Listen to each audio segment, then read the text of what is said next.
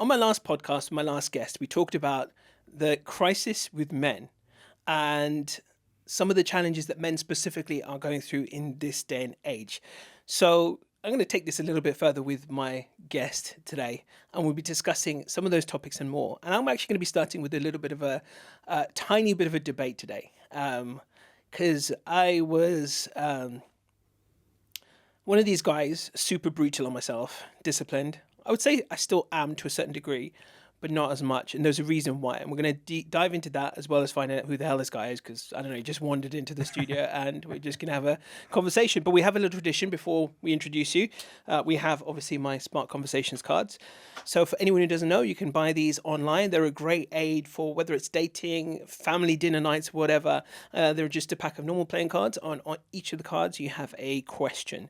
So you can use these when you go out on a date or just play with your colleagues, friends and family as well. It's a great way to spark some conversations, hence the name, and get some real deeper, interesting chats going as well. So I'm going to do what I do normally with my guests. I'm going to get you to actually pick three, and then I'm going to choose the question to ask you. All right, so go for it. Go ahead and pick three. Pick three. Yeah, I'll shuffle along. It's not loaded, right? Yeah, any three. Like you can pick random three as well. You got two, yeah? One more, any one more.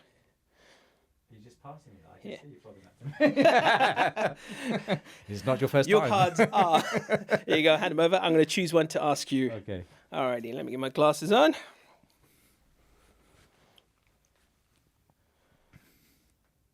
Here's a good one. I like this one. I think it's one of my favorite questions. What TV series or movie franchise could you watch over and over again? Oh, there's no question in Game of Thrones. Oh, really? Absolutely. Why Game of Thrones? You know, the first time I actually watched Game of Thrones, I tried it about 3 times. I watched the first episode, second episode, and I was like, I can't get into this. And actually, a good friend of mine said, please watch 4 episodes for me. And I was like, okay, oh God, let me do it. I watched it and then I just fell in love with it. I thought, oh my God, the storyline is just... I loved it as well. And are you one of these people who got really disillusioned with season 7 and 8? Because I didn't, right? And actually, like you, I watched the entire series over again. The entire Game of Thrones from 1 to 8 all over again. Because I appreciated it more the second time around as well. And I thought it was just phenomenal. Like, I know a lot of people were really down on the ending and some of the bits that, finished probably a bit abruptly, but that's the hardest part of any story to write, is the ending, right? So, totally. But did you like it, though? I loved it. I mean, I saw a lot of people disheartened by the ending, kind of lost track around season 6, season 7, but I thought it's phenomenal. You see, when I watch it as this is reality. Yeah. So it doesn't matter what the ending is. It's like, that's the story. And I thought it was brilliant. Yeah. So I definitely was not disappointed. Nice. Good choice, though. I like it. Yeah. Have you been watching the recent one? The name escapes me now as well. The one, the sort of like the prequel. Oh yeah, no, I haven't watched that. No, we watched some of it as well, and I think we kind of sort of stopped halfway, and we haven't got all the way through it yet. Yeah. But even that wasn't bad as well. But I think sometimes when there's a huge gap nowadays between things, you can lose interest a lot more quickly. You forget everything. Yeah, and then I find I've got to watch the same, series 1, 2, and 3 again. Exactly. Then you do it again, 1, 2, 3, 4. It's true. Like, you forgot what's the plot around this particular character. What was their story again? Like you do forget very quickly. But I tell you what, Suits. I know we're digressing, but Suits. My God, that I'm addicted to. I am Harvey Specter. I am Harvey Specter. I love that every day in the mirror. I love Suits, and do you know what we binge watched me and my wife recently? Lincoln Lawyer. Oh yeah, if you haven't seen it, I really recommend it. I've tried to get into it, but I've not got my teeth stuck in just as yet. I think season 1 was good, but I think season 2 and 3 got even better. And the season 3 cliffhanger was just like, so I will put that on my list. I talked about this the other day. It's that psychological effect of the Zygarnik effect, right? A story left unfinished, a cliffhanger moment, and you have to, like, what the hell? And luckily I watched it now because it's not too far away. The next season drops in, like, I think February. Okay. But yeah, so if you like Suits, legal dramas, that kind of thing, you will love. I'm on it.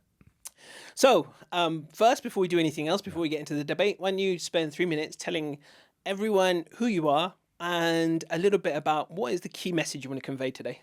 Yeah, so my name's Rowan, and I'm the founder of the Miraki movement. And we've got 2 programs. We've got a female and male. So we've got the Body Intelligence Engine, and we've got Man Again. So basically, I help people, number one, kind of like get into shape.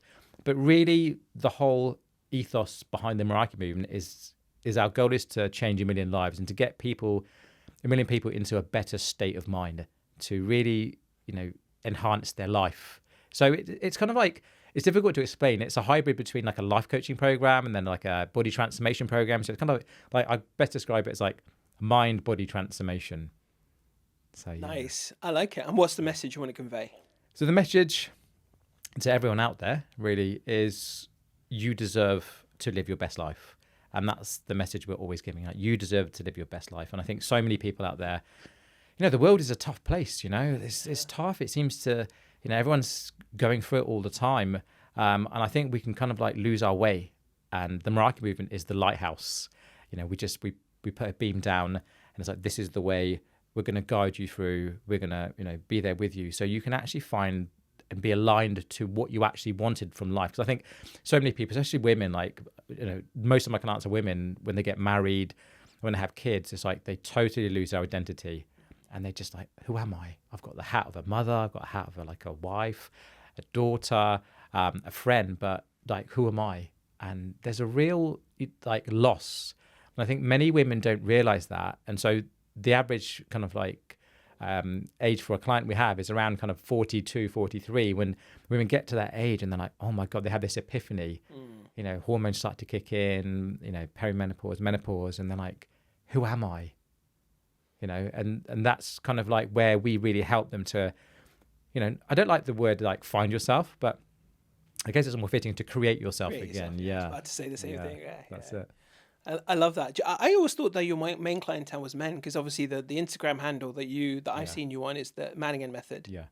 So would you say that what do you prefer? Do you prefer targeting your content at men? Is that what you? Yeah. So it's kind of like it's split. So I guess the community, the Body Intelligence Engine, is very community based, and so we've got a huge community of women.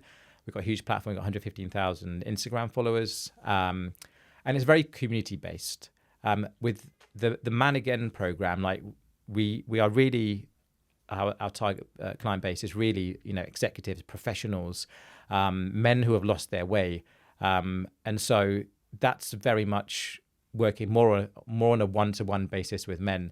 And of course, I love both elements. I love working with both. But right now we're really trying to push. I've taken my eye off, the game with the men. And so really now we're driving home. Men are in such a bad place at the moment, depressed, lost, very confused, especially when it comes to masculine energy, feminine energy.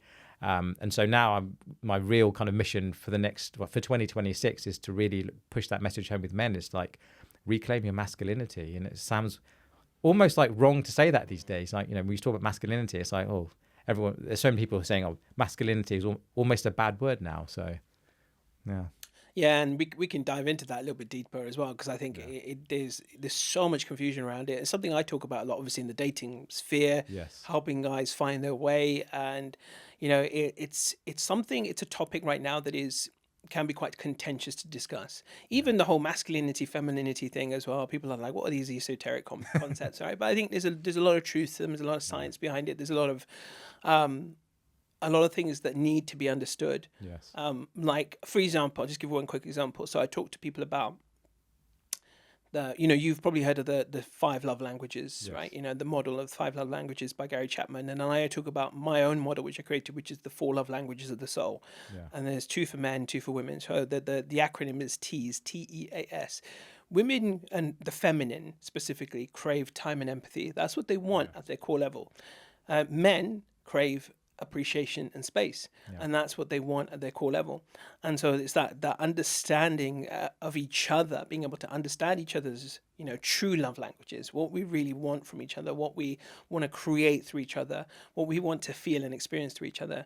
But it's just one of these things that again, what was it's not such a big thing now, but a couple of years ago, the whole kind of toxic masculinity thing, and I was like, I wrote a whole article about this as well. It was just driving me mental, this whole idea of calling masculinity toxic. And and there was a lot of vitriol online between men and women, right? Totally. Creating even more division and stuff as well. Totally. We'll come back to that in a second, because I think it's a very powerful topic to address.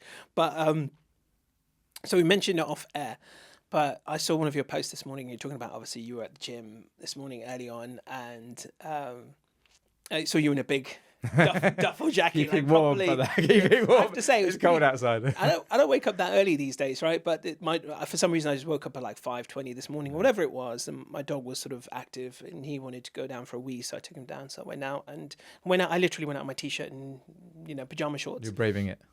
I do anyway. I like the feel of fresh air. Especially when it's cold and crisp like this, I love it. Anyway, I don't care how cold it gets, I love it. So anyway, I took him out for his wee and everything, and I was just enjoying the fresh air. But I used to be one of these people who woke up really early and went to the gym. I used to get up at 5 every morning, go to the gym, but so a little bit of a backstory just to explain the context of where this question comes from. Yeah. I spent the better part of 20 years quite sleep deprived. There was even a point in time I remember I was going to work I was working in the West End, in an office in the West End. And there were days that I was going into the office like on about 1 hour sleep.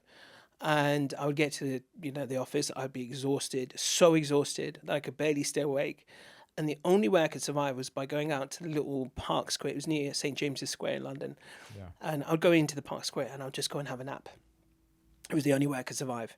So I ended up, and part of it was self-inflicted, and then part of it was just that obviously, you got into bad habits, and then getting back out of it was really difficult. So when I started getting up at 5 in the morning, I wasn't sleeping that well. Sometimes I'd be asleep at 1, 2 in the morning. I'd still wake up at 5, get my ass to the gym at 6 o'clock on the dot, go train. But I was getting ill a lot during this period, getting a lot of colds and flu and stuff like that. But I did it for a good period of time. Then we got our dog. And by the tail end of that, I started to get into a better routine. I was getting a bit more sleep. It was getting better and better. Then we got a dog. He didn't let me sleep for 6 weeks. So I was sleep deprived again. But it was after that I sort of, just decided. And then the other thing that changed for me as well was I listened to, I beg your pardon, Why We Sleep, the audiobook. And that kind of changed my whole mindset around sleep. And I thought, God, I don't, as much as I believe in keeping my body healthy, one organ you just don't get a second chance with is your brain. I want to sleep. So nowadays me and my wife tend to go to bed by 11. We tend to wake up around 7ish. So I have that 8 hours in bed. And even then my dog does wake me up 2 or 3 times a night, sometimes just for cuddles. But it's important to me. So I don't make such a big deal about going to the gym in the morning anymore, but I still see this, a lot of bravado. And I think sometimes when people are doing this, they're not like, there was a guy on one of my WhatsApp groups the other day who was posting he was at the gym at 4 o'clock in the morning or 4:30 in the morning or something like that. And a lot of people were like, oh, that's so good, I can't do that. But in my head, I'm thinking, look, please don't give that messaging, because I think it's wrong. Tell people what time you went to bed and then tell them you went to gym at 4:30 in the morning. And he said, so I said to him, what time did you go to bed? And he said 8:30. I was like, so you got a full 8 hours sleep. You're in a position where you're privileged enough to be able to go to bed at 8 in the evening. Great, more power to you. But don't forget that detail. Don't just sell the other side, that you've got discipline and you wake up after 4, 5, 6 hours sleep. Actually tell people the full story. So my question to you is, what's more important, sleep or getting up early? So I'll go this, if you guys can see this here. So I've got the Aura ring. Oh, nice. Yeah, I was wondering what that was. Why is it, just out of curiosity, why is it on the wedding finger? It just feels comfortable. To be honest, normally I have it here, but I just slipped it on this finger today. Yeah. I am single. I was going to actually drop that detail in I'm a with little the bit right later, guy for that, right? Yeah. For the ladies out there who are watching, just so you know, Rowan is single. So I just put the ring on this one, just to clarify. So the Miraki movement, my whole ethos is based on proof. And like you're saying, this guy is like talking, like we can all talk. And so I cut through the noise and say, what is the proof? And so when it comes to sleep, it's the Aura ring will track your sleep. You track your sleep, your recovery, quality of sleep, your readiness, the state of your physical, mental readiness for the next day. So am I physically, mentally prepared for a productive day? And so we're talking about efficiency. So for me, it all goes down to lifestyle. So I have clients that work in America. I have clients that work all around the world, and so they don't have the luxury to be able to go to bed a bit early. So they end up going to bed like maybe 12 o'clock, 1 o'clock. So then they have to do their 6, 7, 8 hours cycle and then waking up later. So lifestyle is a big impact. Now, when we come to biology and we talk about the most optimal time is that we're going to be especially for men releasing growth hormones, testosterone, women's hormonal cycles, then your sleep cycle in terms of your circadian rhythm, like what are the optimal hours that we should be in bed, during REM, during all parts of your sleep cycle, to make sure that we're fully recovered. So yes, there's an argument that we should be in bed at a certain time, and like between like, I don't know, 12 and 3, we should be getting some very good, productive, deep sleep. For me personally, I just go back to proof. So for me, I wake up every day, and I've always got a minimum of 80% efficiency on my sleep. 90% efficiency on my sleep and 80% on my readiness. So I know that my sleep is good. My exact sleep schedule is that I go to bed at 9:30, the latest 10. So I'm getting 7 hours sleep, wake up at 5 o'clock every day. In terms of like what's more efficient, I guess go to proof. So for me, it's not about the discipline of waking up early. It's about the discipline of the structure of my day. So it's not, I woke up at this time. It's like, well, actually I went to bed at this time. And so it's like being able to like affect both ends of waking up and sleeping, and having that structure, making sure that you've got all the time in your day to work, do the work, family time. If you've got kids, looking after kids. If you've got partner, quality time with your partner. And so having the most efficient routine for me is the kind of like strategic overall factor that we're working backwards from, to go to when do I go to sleep, when do I wake up, and how productive am I in my day. So it's all about productivity for me. Nice. Yeah, I'm glad you said that as well, because I think sometimes people can see things online, and just misinterpret it. And I think that's one thing that I think we just need to be a little bit careful of, and tell people brutally honestly, okay, and you do see things out there, right? Yeah. You see videos where people are talking about, I wake up at 3:30 in the morning and I go to the gym, and I'm like, oh, come on, like, that's it. I appreciate what you're trying to do, but firstly, a lot of people aren't equipped to do that. Yeah. Sorry, beg your pardon, not equipped, that's the wrong word. They're not in a position to be able to have that luxury. If you've got family, you've got kids, you've got dogs, you've got responsibilities, you're caring for elderly loved ones, whatever, you're not necessarily going to be in a position to do that. While it's great to show that off, everyone is there. And the question is, like you said, efficiency, right? So. And it comes down to the mirror. Like, I guess, like, everybody's should be treated as an individual, right? Yeah. So, like, it comes down to the mirror. Like, can we look in the mirror and say, well, actually, I do have a legitimate reason to be going to bed late? Is it, we look at our kids, okay, kids, what time are kids going to be in bed? If we've got our work time, like what time should we work until? Should we be doing like, 14, 15 hours of a work day? Like, is that efficient or is that inefficient? And then are we watching Netflix? Are we just scrolling on Instagram? Are we just, wasting time? So how productive are we with that time? So for me, if you've got a legitimate reason, and that is that your lifestyle, absolutely, there is no right time. There's only what's the best move? I always say, like, what's the best move you can make? So if life is saying that it is not sustainable, or it's not practical for you to be able to go to bed at a certain time as early as you would like, then what's the next best move? And so for me, like, with me working with men, especially on Man Again, it's the guys who are just scrolling. It's the guys who are watching TV. It's like, why are you watching TV, brother? At 1 o'clock in the morning, like, and why are you eating rubbish at 12 o'clock because you're up? So it's kind of like really getting my clients to really face the mirror and say, like, what is effective for you?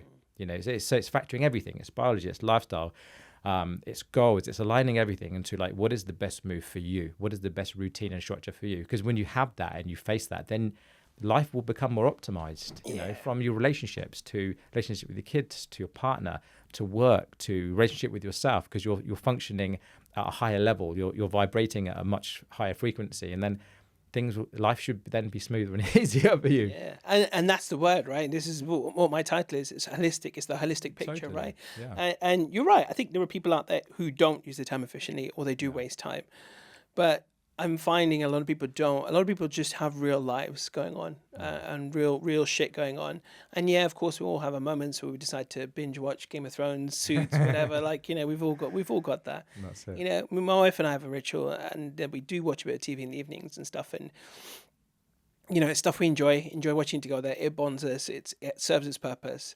It gives us something to talk about. It gives us something to focus on, to have again, take the piss out of, have fun with, right? There's all sorts of reasons behind it. Again, I don't try not to get into mindless TV watching. I mean, for me personally, where I draw the line is things like EastEnders and soaps and drama. Don't talk about Love Island, bro. Oh no, I don't. I don't actually watch Love Island, but I do watch things like Love Is Blind, and I do watch things like Married at First Sight, because like Married at First Sight in particular, and both of them, in fact, right? I watch it so I can show people when I'm talking about specific dynamics, like the power struggle, or things like that, right? Or just even the teas that I talk about, when I can visually say to people, this is what I'm talking about. Can you see it there visually, right? So that for me is a really powerful tool. So I do watch a lot of relationship shows. But yeah, so I'm glad you cleared that up. I think it's important for people to realize that it's not just about waking up early. No. And I think that we need to kind of send that message to people as well, that it's great to see that online, people seeing that, and it's great to be impressed by that discipline. Yeah. But that doesn't necessarily mean that's right for you. You have to think about what is right for you, like you said, right? Yeah. What's possible, what's the next best thing, doing things which are right for you, or just doing that one extra thing. Maybe you can do an extra 30 minutes earlier because you are pressing snooze. Fair enough, that's different. Yeah. But if I find a lot of people are just so busy these days, it's hard for them to find that extra time and to optimize everything when you just don't know what's going to happen from one day to the next. It just comes down to, I always say, like, I'm not here to judge anybody. It's always about actually, again, looking in the mirror. Yes. Like, you got to, and I think most people. It's another little side topic. It gets that tune in my head. Yeah. I'm talking about the man in the mirror. That's it. Oh, you've got the shimmy, the moves out as well. I could dance. It's just being honest. I think so many people these days, they really struggle to be honest with themselves. And I guess most of my program is just me shoving a mirror in front of people, and it's not my opinion, it's not my judgments. It's this is the mirror. What is really going on for you? What is really? And sometimes it's Dr. Phil talks about that. We got to dig deep in there. You got to dig deep, man. But it's true though. That's what a lot of the coaching process is literally me holding up a mirror. I'm not here to judge. Totally. But there's something you're not seeing, I think, which is what I see. I'm the expert in this field. I'm just going to show you what I see. Totally. What you do with that information is entirely up to you. You can either use it for good, or you can get pissed off at me. It doesn't matter to me one way or the other. You must get it all the time in the dating, in the dating world, where, it's there's always a reason. So I can come up with 100 reasons, why I'm unable to, I don't know, get a date or I'm on a date and it's not working. And so I could turn around and say, I've had 100 dates, they're all useless, they're no good. When actually, you could say, well, actually, what can you work on you? What is going on with you that you're not able to actually land some interest and so it's always for me, I always blame myself. I always say anything that happens good, I'll give myself a pat on the back. But anything that happens bad, I'm going to say, well, it's your fault, Rowan, because I take full responsibility. Because the reason that I say that is because now I'm in control.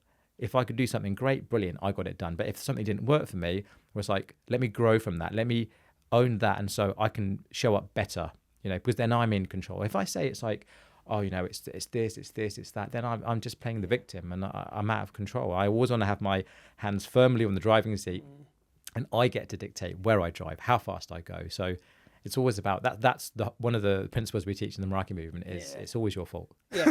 Well, it's funny you should say that, because I was actually editing one of my videos today, and I said this, and I actually said, I used those words, but I changed it around, and I said, it's not about blame, it's about accountability, right? Totally. It is about what you can choose to change. And it goes back to that really lovely quote I love to remind people of is, don't ask why they keep hurting you. Yeah. Ask why you keep letting them. Yes. And this is where you can start taking accountability. I was talking to someone, commented on one of my posts on TikTok recently. Yeah. And I'm trying to remember what it was. Yeah, so it was the video where I did about some of the differences, the visceral differences between men and women, the way we communicate, the way we behave in relationships, in relation to relationships. And so she was talking about, she obviously took it slightly differently and took it to mean something else. And she was talking about her 5-year relationship of the way the partner wasn't reciprocating the effort. Yeah. And I actually said to her, this is very different to what I'm talking about. Yeah. You spent 5 years with someone where they weren't making the same level of effort as you. So her example was that he wasn't giving the same amount of effort to get to know me. Yeah. And I'm like, but you chose to stay in that relationship. Absolutely. So you had a choice. And obviously this is, a very surface level response because I'm only Yeah. responding to a comment, but you had a choice. But you've chosen to stay there 5 years when you clearly know this person isn't good for you. Yeah. But you've done it. So the question is, why did you make that choice? There's always red flags. And I genuinely believe that. And I genuinely believe there's always a red flag. But in that moment, that time in your life, there was a choice to ignore it. And then we say we never saw it, but we saw it, but we chose to ignore it. Exactly. And what is it about us? And I ask people that question. Yeah, what is it about all us the that, time. like, what was it about you that you let it slide? You let it slide. Like, and obviously, I'm also Tony Robbins life coach, and I'd spent a lot of time life coaching, and I don't do life coaching anymore one-to-one, but I've brought life coaching into the Miraki movement. And I used to have a lot of, women who would say, my husband, he was doing this, he was doing that, he cheated on me. And I said, but the signs were there. You just chose to ignore them, And I think, and then it goes back to working on yourself to say, why did I allow my standards to drop? Or why did I allow why did I let this happen to myself? What was it about me? So I think, especially with the dating, you must get it all the time, the dating on the other side of the coin. Is where people keep moving from relationship to relationship, and they're not taking any accountability for skills that they need to enhance about themselves and awareness. And that's where on the Miraki movement again, we're always talking about self-reflection, to look inwards. First, look in before you look out, because then the worst thing that we want to do is keep repeating the same loop over and over and over again. People bring in the same bag of trash, carrying it with them forwards. In life, could be in your dating, could be in job, it could be in your health and fitness. But it's like break the loop, work on yourself. But it's hard to admit, there's something that I need to work on in myself. It's easier to blame someone else or not see it, or yeah, and you're absolutely right. And this is something I cover hugely. And one of the first things is patterns, to kind of dive into where did that come from? Like, why are you doing that? Why are you sort of accepting this behavior? What made you think that was okay? At various levels. And a lot of people, again, they're not aware of their own patterns, and so only when you go back to holding a mirror in front of them do they start to realize, oh yeah, holy shit, yeah, I've been letting this happen. And then you might delve a little bit deeper into, what the reasons are, what whether it's the anxious attachment style, whether it's anything else, and you can, then you can start to, once you become aware of it, then you can start to make the changes and, do the necessary work. And this is the thing I hear so often. So often I start calls with people and they say, I've done the work. And I'm like, no. Where's the proof? So I always come back to proof. The proof is it's still happening. And so, we're talking about pattern recognition. Yeah. But to be able to recognize a pattern, this is something I say that offends a lot of people. So I don't mean to offend anyone. I don't mean to offend anyone, right? We have to offend people, right? Like, honestly though, every time I hear that sentiment, when people say, I've done the work, I literally feel like, grabbing them by the scruff and giving them a proper, honestly, and I like, no, you haven't. You're doing, yes, you may be doing the work. None of us have done the work. We're still doing the work constantly. It never ends. Yeah, and I'm like, that's what people have to understand. I started at 15 and I'm just a beginner. Yeah, exactly. Even when you're 95, 100 and you die, you're still a novice, I'm telling you, always be a beginner. Yeah, it's like just be a sponge. Yeah. And so when I say to people, I get a lot of people who are saying, oh, I'm just going to fix it myself. I'm going to work. And I say, okay, but how long have you been working on this? And they say, it's been 5 years. I said, really, when was the last time you felt good? Okay, 10 years ago. So the reality is it's 10 years ago. And then we go through a conversation. They say, I'm just going to try and do it myself. But I said, but it's been 10 years. Yeah. At what point are you going to realize that this is a problem that you cannot on your own fix? And the analogy I use is like, if you had a broken washing machine, I wouldn't go and use a broken spanner and a broken screwdriver to fix it. And people get offended by that. But it's like, if you've got patterns that you can't recognize in yourself, if you knew the patterns, we wouldn't want to do them because we don't want to, lower the quality of our life. And so there are things that we're missing. And so having an external person, professional, come over and say, helping you with, hang on, this is what's going on here. This is what we're going to identify. We're going to see it when it happens. And now we're going to do this, run this pattern instead, this override pattern here. It's what we do in the Miraki movement with our check-ins. Now it's like, oh, well, now I've got a different direction to go rather than looping the same pattern. It's like, for me, I've always had, mentors when it comes to, my looking after my own mental health, with business, even with fitness, because I always want to learn, I always want to grow. And there are things I may not see that, again, I'm just a beginner in life. And so if someone can bring something to me, I'm going to be receptive to that and say, please teach me. I want to learn. I want to grow to be better. But I guess that's the growth mindset, and not everybody's got that. The analogy I've been telling people recently, right? So I've done my knee in, right? And because obviously we go to the same gym now, right? That's where you saw me, and we first connected. And I've been playing badminton, like I've been playing badminton for 25 years competitively, right? And I've never had any problem with my knees, and I've had the odd occasional niggle, but nothing serious. Come to the gym and I start playing paddle pretty much every day, probably overdoing it a little bit, and then my knee starts to go, and I was thinking, right? So I had to first thing I did was, though, I made an appointment, go see my doctor. Doc, I've got a problem with my knee. I don't think it's anything serious, but I'd love for you to confirm that, and just maybe let's just take a couple of steps to see and make sure that it's okay. She's like, yeah, I think you're right. I think it's nothing serious, but let's get you an MRI just to be sure. And I think it's just, strain, bit of overuse, and that's it. But I didn't stop there. Of course, I'm going to get my MRI done. So I'm accepting the help. I'm seeing the professional. I'm going to go and get it done, accept whatever the verdict is. But at the same time, I'm going to do my own research, and sort of, I started to look at, so literally I got to this level. I started watching badminton videos, and I started watching paddle videos. I was like, what's the difference here? And I realized, and it occurred to me literally just yesterday or the day before.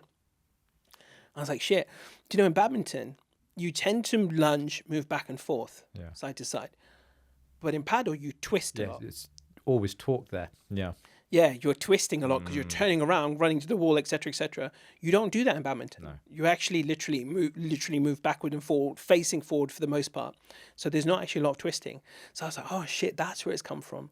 So now I know, okay, cool. So I get it. I get where the tightness is coming from. I know what I need to do now to strengthen the twisting or do the mobility exercises. I'm still going to get it checked out. But that to me is what doing the work is about. That's just an analogy.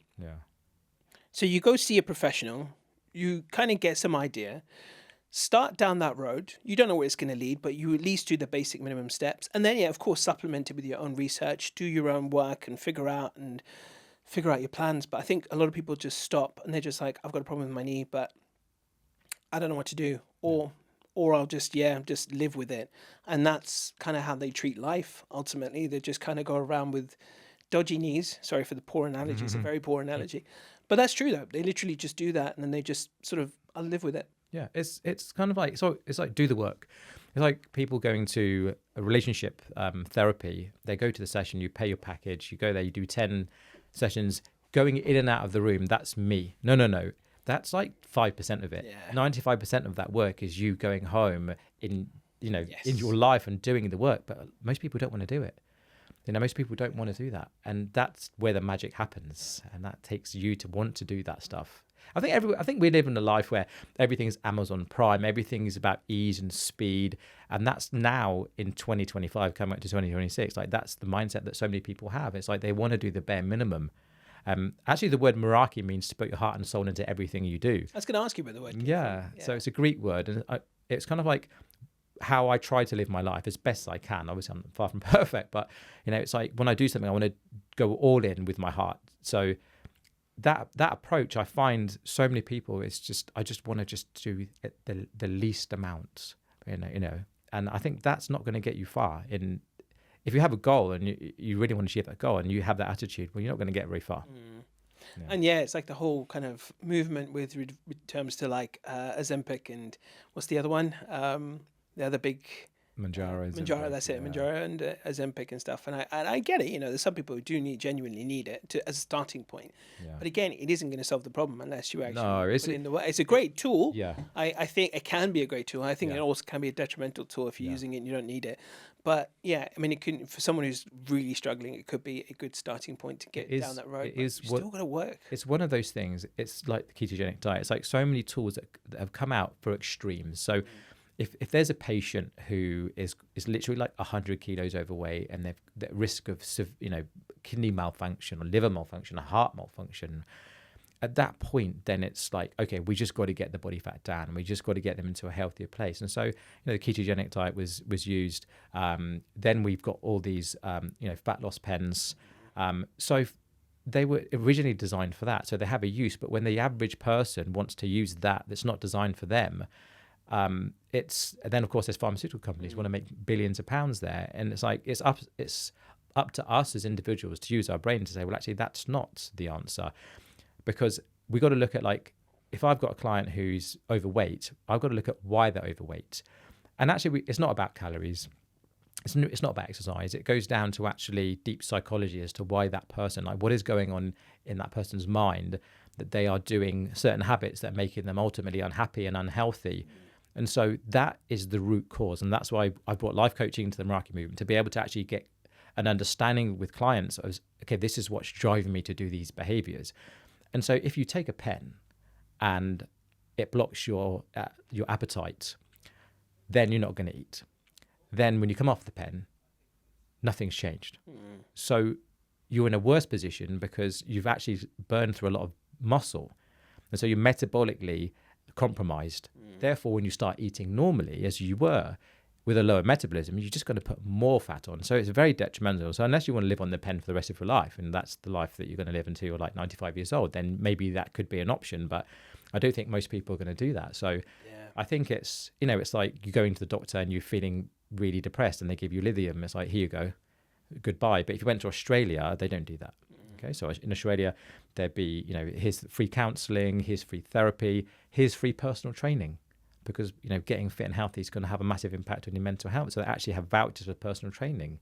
That's the correct holistic approach to be able to actually help someone, really help someone, rather than take this pill, leave my office, I'm behind schedule now, and I'm getting commissions, for sales on pharmaceuticals. So we're living in a world that's kind of like a bit messed up, really. Yeah. Speaking, I mean, no, but you're absolutely right as well. Like, all I see is quick fixes around, and quick fixes, money. Someone's getting paid here, and I'm like, oh yeah, that guy on the yacht. Yeah. When I'm at the gym and I'm skipping, right? Obviously, I haven't done it for about a week or two, but when I'm at the gym and skipping, you don't often get people coming up to you and commenting and talking about, it's so good. I wish I could skip like you. Yeah. And then I show them videos of how I was skipping, 3, 4, 5 years ago. And they're like, oh, okay. And you kind of like, again, people see the end product. I think Jimmy Carr said, right? Everyone wants what you got, but not doesn't want how you got it. Totally. It's so true, though, isn't it? Everyone always cares about the end goal, like not the process. And the only person, the only winner with Manjaro is the shareholders. Yeah, that's it. So true. They're on the yachts with the Russians. They're fine. Yeah, no, absolutely. But speaking of messed up world, right? Let's talk about your Manningham method, right? Some of the content you've been posting about, guys. So where do you think guys need to start? What's going on? Where do you think guys need to start? I think that the starting point for men is leading themselves. I think so many men are so scared now to be able to say things, to behave the way that they have been biologically programmed to behave, because they're scared to upset people. I think, men are not leading themselves anymore. And I think that the whole this is just my hypothesis, right? I think the whole problem that in the world right now, which is why the divorce rate keeps going up, a huge contributor to that is the loss of polarity between femininity and masculinity, where ultimately the women are getting very upset, saying, where have all the men gone? We're having to step up, and then the men are saying, too scared, because every single person that, I'm generalizing now, but so many people leaving their husbands going, he's a narcissist, he's a narcissist who didn't take the bins out, okay? There's this kind of like fear in men. And so men are taking a further step backwards, and then the women are getting so annoyed, saying, oh, where are all the men? We're having to do, we're becoming more masculine. And I think that men need to take a stand and say, well, actually, this is where I stand, this is my position, this is how I want to lead my life, and this is how I'm going to run myself. I think that's a starting point for men. It's like, become a leader in your house, become a leader in yourself first. Yeah, self-leadership is where it begins. Yeah, I talk about this often as well. I was talking to another guy recently, and I was just talking about this idea. Look, for me, especially in the dating front, and one of the reasons I love this subject is because it does translate to so many other areas of life. Yes. And this is what happened with me as well. So when I was in 2008, when I started this side of the work, right, I was obviously, a life coach before that. I'd done the whole Tommy Robin thing several times, and, got various coaching courses and all that kind of stuff. But for those 17 years, I was terrible with women. Yeah. didn't know how to speak to women.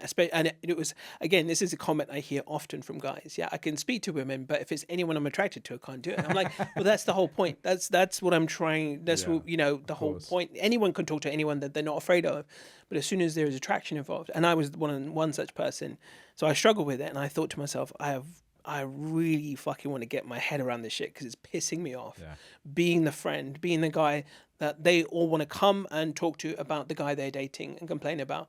There was like a couple of instances where, like, for example, a girl I would speak to and I'd say, tell her, express my interest in some way, shape or form, clumsily, however I did it, at least I did it. But then she'd be like, oh, I'm not really looking for anything right now. Yeah. 2 weeks later, oh yeah, I've just been chatting to this guy and she's telling me about it, right? And in my head, I'm thinking, 2 weeks ago, you said you're not looking for anything right now.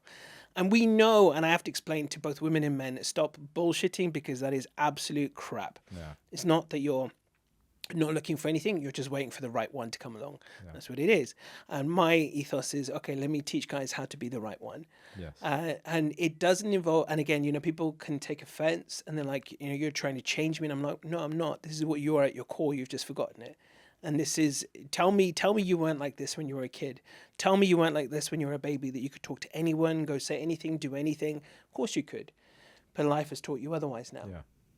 And you've gone down that route of just, self-censoring, not being able to say what you want, being afraid to offend. I had one such thing recently as well, just literally, in fact, it was literally the other day. Someone showed me the actual screenshot, right? He just hadn't responded to someone for 8 hours and she got really offended. Yeah. And, the response was, and she's apologized for this, by the way, as well. I just want to say, I know for anyone who knows who this individual is, the person in question, this is not a specific call out to you, but just generally, I think to everyone, she, after 8 hours, she messaged him, it's rude to not like message someone back and stuff like that. And I'm like, give the guy a chance. Like he's just, he's probably had a busy day. He's building his empire. Yeah. I actually know this guy is self-employed. He's a great guy. He's 6'3". He's a big, muscly guy, good looking. Like, just give him a chance. But that's what it comes down to. This is what I'm talking about. This is when it comes down to a man who's then going to be very apologetic. Oh no, oh no, I didn't message. And then it's like, he didn't apologize. Some people, he didn't. But some people are, I need to message. But it's like, no, you're busy. And it's about setting boundaries. And now men feel they can't go up to an attractive woman and say, hi, I find you extremely attractive, because now it's not PC. It's like, go back to the old days, where there was romance, where there was a masculine and feminine energy. And now I see a lot of guys. I talk to a lot of guys as well. Like, I saw this really cute girl in the bar or in the restaurant, and I just kept looking at her. Like, that's great, bro. Right? Yes. And then you kept looking, and then someone else went straight over to her and said, "Hi, how are you?" Exactly. It's like, no, it's a fear. I think men are very afraid to be men, and for me, it's all about, I see everything like a game. Like, it doesn't matter to me. I don't care. Being able to take rejection, to be able to say it's not about. I was coaching one guy and I said, look, he's so afraid of rejection. I said, look, but what is the rejection? Because you can go and say to a pretty girl that you see, oh, I find you very attractive. And she would say, I'm not interested. That's fine. It could be she's just come out of a relationship. She's just not looking. She's not in the right place. She could not like men. There could be 101. She's having a bad day and you've approached her at the wrong time. Why do you need to make it about you? Yeah. Why do you need to make it about you? And I think for men, like, being able to, I think we've become very feminine and like we're very emotional, and very touchy. It's like, okay, you weren't for her. Let's move on. Yeah. It's true though, I think as well. Like I'd say to guys when it comes to rejection, I have this specific proposal I put in front of them. Okay, are you more afraid of the rejection, or are you what's gonna be more painful to you, the regret, 2 weeks, a year, 6 months down the line, whatever, that you didn't take that chance? Yeah. And when you think about it, really think about it, you realize that actually the pain of regret is going to be far much more painful than any 5-10 minutes of rejection. Of course, it's going to be way more painful. So just go. Do it. Talk to them. Say hello. What are you going to lose? Exactly. Are you going to? I say this like, are you going to die? Is the world going to implode? Is a big dragon going to come out of the sky and devour you? It may. Game of Thrones teaches us it does. Unless you're Jon Snow, then maybe. No, you're so true there. Like, and this is where I think that there is a sort of contingent of, we've got two sides to this, right? So this is where I think I would love to shed some light on my personal opinion. And I think this is very universal across the board. You've got a cohort of men who are saying that we need more safe spaces for men to be more emotional, this, that, the other.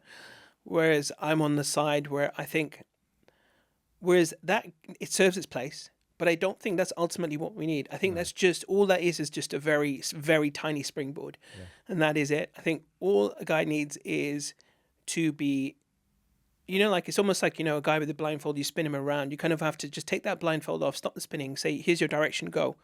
And there's nothing to stop you from changing direction. There's nothing to stop you from deciding, I'm going to stop, I'm going to go left now. There's nothing to stop you from doing that. You just have to go. What do you want? What do you like? What would you like to try? What would you like to fail at? What would you like to fail forward in? What would you like to experiment with? Whatever.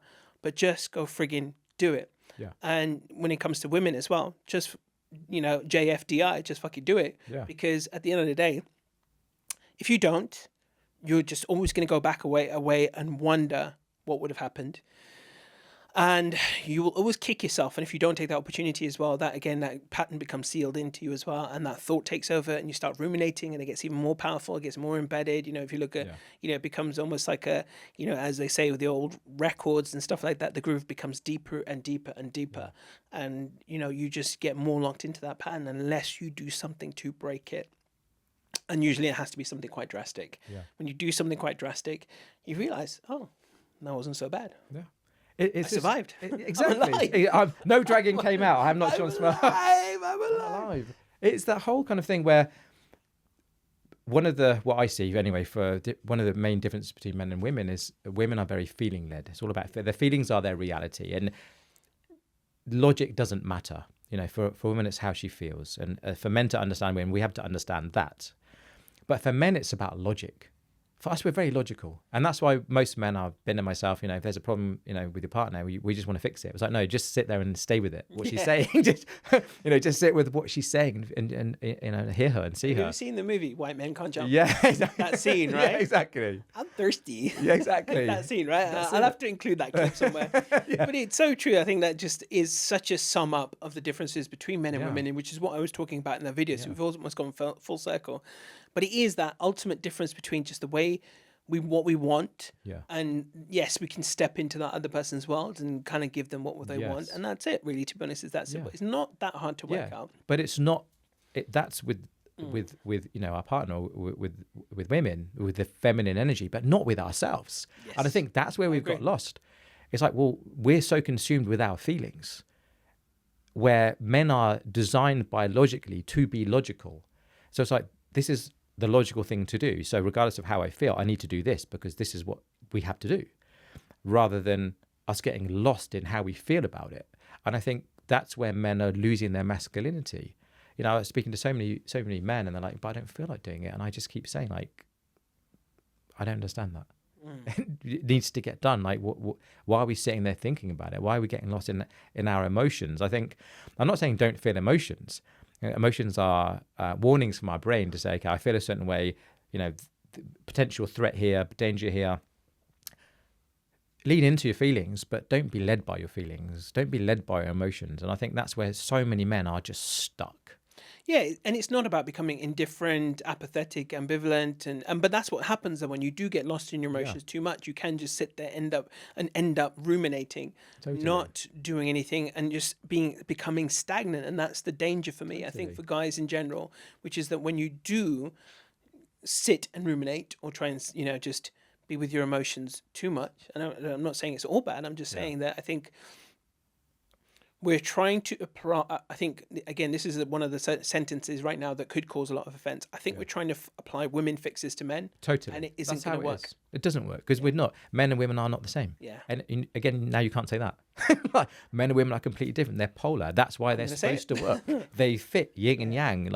But when men are trying to, embrace femininity and become, we should all understand femininity. Certain have some aspects of femininity, but we shouldn't be led by femininity. And I think that's the problem. You know, yeah, feel your emotions. That's great, but just don't be led by them. I wake up in the morning. Do I wake up, motivated? Oh, I feel great and great. Sometimes I wake up and I feel lousy. I feel absolutely awful, but I feel it and go, okay, I feel lousy. Now, what do I need to do logically to change that feeling? Well, if I wake up, I go for a walk, I go to the gym, I do a workout, I'm going to feel better. And that's me. And like, that's, I think discipline, that my word for discipline is not waking up in the morning. It's not. Discipline is about doing the things you need to do without being distracted by your feelings and emotions. I think it's good definition. It's one of the things I talked about, even in the last episode with Amit as well. You're just talking about one of the master lessons of life, which is getting yourself to do the things you know you need to do when you don't feel like doing them. And, like you said, right, we all have days where I wake up lousy. And then I just have a technique where, putting on my socks is a success. I'm like, yes. You see? But you just suddenly start to feel good, right? Yeah, shit, man. Celebrate. Like, oh my God, I got a sock on. Yes. It is what we call, in the Miraki movement, it's called, I did a video on it the other day. We call belief stacking. Yes. You put on your pair of socks, that's a brick in building your belief for the day, for the month, for the year, for the life. Every little thing is a stack on that self-belief. Waking up, earlier, like you said, half an hour earlier, doesn't matter. 10 minutes earlier, got my socks on, had a great breakfast, brilliant, a bit more protein than I normally would. Doesn't need to be perfect. Then it's about stacking those wins. Can I stack my wins? So the more you stack your wins in the day, in the week, in the month, in the year, like you will start to change as a person. Because I think the biggest block to people trying to achieve goals is a lack of self-belief. You're trying to go into war with no sword, and your belief is your biggest weapon. Your self-belief is the biggest weapon for anything you want to do in your life. If you don't believe you can do something, well, of course, you're never going to do it. You can buy a program, you can do this, you can put your hand up, but it means nothing because you don't have that self-belief. So it's never going to be you all in. And, for people out there who are saying, I'm trying to, get into shape, well, it's like, be honest with yourself. Have you really gone all in, or are you just dipping your toe in? Because most people won't go all in because there's always a fear in the back of their head. That's like, this is going to be another failed attempt. This is, again, and I don't want to go through that pain of another failed attempt. And I think I'll go a little bit deeper here. I think culturally, I train a lot of Indians, right? And culturally, there's a lot of culture when it comes to spending on health and fitness. Is it being really valued by our parents and their parents? And I think when we grow up, we're taught that this is not something that we want to invest in. It's not a priority. And so even when we do want to invest in health and fitness, it's like we go for the cheapest solution. You go for the cheapest thing, then is it really going to work? If you went for the most expensive thing, the most, the thing that really guarantees it's going to work, and you went all in, well, of course, there's a huge percentage chance that it's going to win. But if you go for the cheap builders, your house may stand up for a year, it may not. Yeah. But you go for the best builders, that house is for life. It's the same thing, right? It's so funny. I still occasionally find myself telling people I've joined David Lloyd and justifying the cost. Yeah. And I'm like, what the fuck am I doing? Yeah, exactly. Why am I justifying? Yeah. Like, I'm investing in myself. Of course. And I love it. I love the fact it's got all these facilities that if I did it anywhere else would still cost way more than I'm paying there anyway. Like, for example, the privilege of playing paddle, using a spa, which, funny enough, we always talk about this, and I talk about it with members there. We're all like, this is one of the nicest spas that, you can go away and go to a holiday resort that says it's got a spa, and most of them aren't as nice as the one we've got in the gym. It's one of the best spas in the country. Yeah, it's amazing. It's fantastic. It's beautiful, and I absolutely love it. But you're right, though. I think there is that cultural thing where we sort of have issues, like, because obviously, especially, and to be honest, it's not just Gujaratis, but I think it's more of an Indian. You said thing it, not me, well. Yeah. But it is true. It is true that the monetary thing, we feel like it's hard to justify something unless it's something we can show off about. But that's the problem, and all you're doing is you're just cementing the belief with poor half-assed chances. Yeah.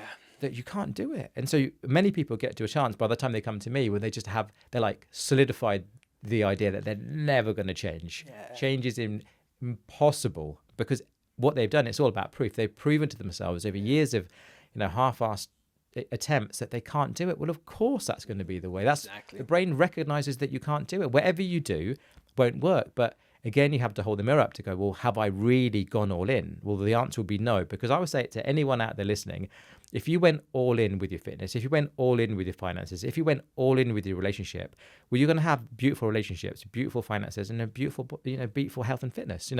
That I don't think many people can argue with that. Yeah. So true.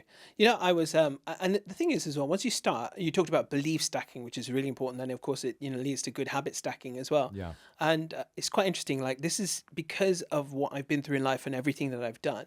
Like with my knee, don't get me wrong. The first couple of days, I was like, oh, why the fuck is this happening now? I've just taken up, found a new sport that I love. I really want to get into it, get better at it, learn, grow, develop, all that kind of stuff, right? So for a day or two, I was feeling a little bit depressed, but I thought, okay, how do I get over this now? Okay, so what's the solution? What are we going to do? I'm not going to sit here and piss and moan about it. I want to do something about it. I'm going to, if I have to take the really productive step of just taking a couple of months break from it, fair enough, I will do that, right? There's a part of me that's like, I don't want to. I want to keep on playing, even if it hurts for a couple of days, and I'll just give it a couple of days rest, etc., etc. But no, I could have just sat there and got depressed about it. But I thought, no, I'm going to practically go through the motions, see what I need to do, heal it, ice it, protect it, check it with the doctor, etc., etc. And every day as well. So my wife hears me say this as well, and she probably just rolls her eyes at me at this point, but but she knows me anyway. So every day I'm just going around the house and I'm going to say to her, my knee's 10% better today. Yeah.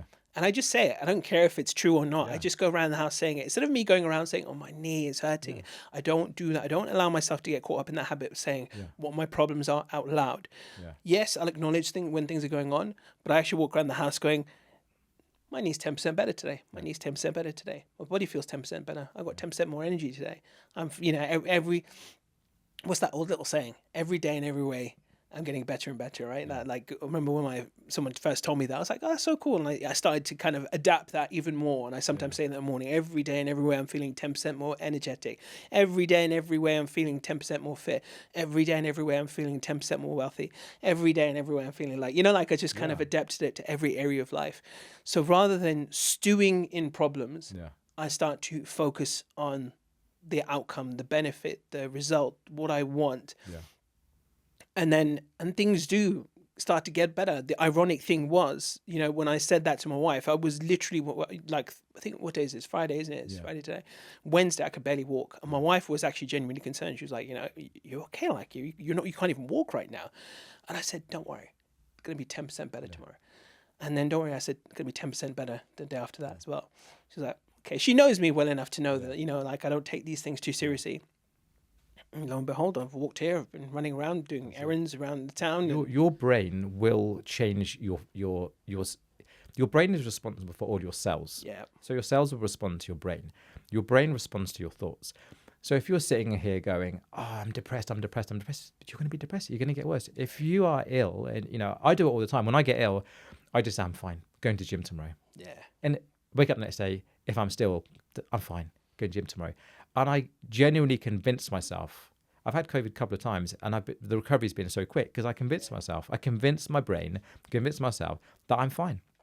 Is there any benefit to sit around complaining, oh, my knee's so bad, I can't walk, and then going into the spiral of misery that, I'm never going to walk again. Oh, my God, I'm never going to play paddle. I know Rowan loves paddle, so I'm never going to play paddle with Rowan again. Yeah. And it's like, no, of course not.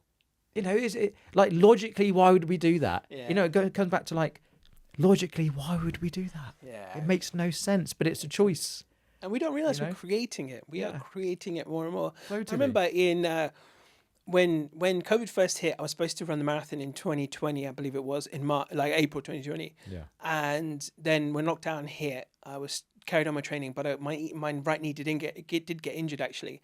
But I remember the first day afterwards, I got on crutches and I did 13,000 steps that very next day on crutches. I just literally thought, and my mindset was, oh great, I can start building my upper body through these crutches, right? So I started doing dips with the crutches. Exactly. You change perspective for your brain. Yeah, absolutely, right. And even then, when I did actually run it in 2021, 2 weeks, I think it was about 11 days before the marathon, my knee got injured again. Random one, like we were walking home, and what would have been a 10-minute walk to our house turned out to be 45 minutes because I could barely walk. Yeah. My wife was like, shit, what are you going to do? You got the marathon in 12 days, or whatever it was. And I just said to her, I'm going to be running the marathon in 12 days. And I ran the marathon in 12 days. I did it. And it's these things, I think, if we ultimately, the upshot for me is if you stew on your problems and you keep saying, I'm going to be single forever, I'm going to do this, I'm going to be injured forever, I'm going to do you're creating your future by those affirmations. Yeah. There's an old saying that, there is no such thing as a thought that isn't a prayer. So whatever you're focusing on, whatever you're thinking is an act of creation, is an act of prayer, it's asking for what you want. So you've got to be able to fine tune to what you want and not get lost in the moment of feeling bad about whatever. Because the only thing in your life you can control is your mind. There's nothing else you can control. You can't control whether you get ill. You can't control the weather. You can't control anything but your mind. And so the number one thing that we should all be working on is controlling our mind. If you can control your mind, that is your greatest weapon in life. Whether it's dating, like you just said, if you're saying, I'm never going to find the right person, you can't control your mind, then you're never going to do that, because your brain is never going to take the steps logically forward to actually get yourself in the position to actually find the person that you want. If you're saying, I'm never going to get into shape, well, then your brain is never going to allow you to take those steps and actions and behaviors to be able to get into shape. And so it doesn't matter what you try or what you do or what you spend on. If you can't ultimately start with controlling your mind, then everything's a waste of time and you end up doing nothing. And so for me, like with the Miraki movement, it's all about, number one, I just want to help people to learn to control their minds. To focus their mind, control it, figure out what they want, what you actually want in your life. Now get your mind focused and aligned to your goals. If you can align your mind to your goals, then of course you're going to have a much higher percentage chance of actually achieving them. And so I think that's the fundamental step that everybody, when it comes to weight loss or getting into shape, they talk about calories, what exercise, it's like, and I say the same thing, but your mind is broken. If your mind is broken, what can you possibly do? Anything you do is not going to work. You can't bake a cake if the oven doesn't work. No matter the best ingredients you get, doesn't matter what you do. You can make the batter, but you stick it in the oven and nothing's happening. So ultimately, for me, it's like working with the client's mind. Like, that's it. Hey, listen, I've really enjoyed this conversation. It has gone super fast today. Tell everyone where they can find you. Yeah, you can find me at the Miraki movement on Instagram, and go for the girls, and for the guys, the Man Again method on Instagram. Just send me a DM and I will get back to you. And I'll get back to you. Oh, now listen, it's been a real pleasure. Thank you for joining me on the Feel Inspired podcast. This will be episode 86. It's been a real pleasure. And when I post it, I'll share your links on there as well, so everyone can reach out to you and connect as well. But big thank you, Rowan, for joining me. And any girls who want to date with me, just DM. Yes, of course. Date. Dates. He is single. Ladies, so how old? You're 46? 46, yeah. 46, right? 46, yeah. I mean, look at him. He looks like 26. Come on, ladies, right? I'm trying. Any of the younger ladies out there as well want to date with this handsome gentleman who's got a great physique, by the way. He's covered it with his jacket today, but yeah, he's got biceps for days. But anyway, he's obviously a great guy as well. He's got his head screwed on. So ladies out there who want to date with Rowan, if you go through me first, and I'll get commission. Of course. Thank you for watching the Feel Inspired podcast. I will see you all on the next episode.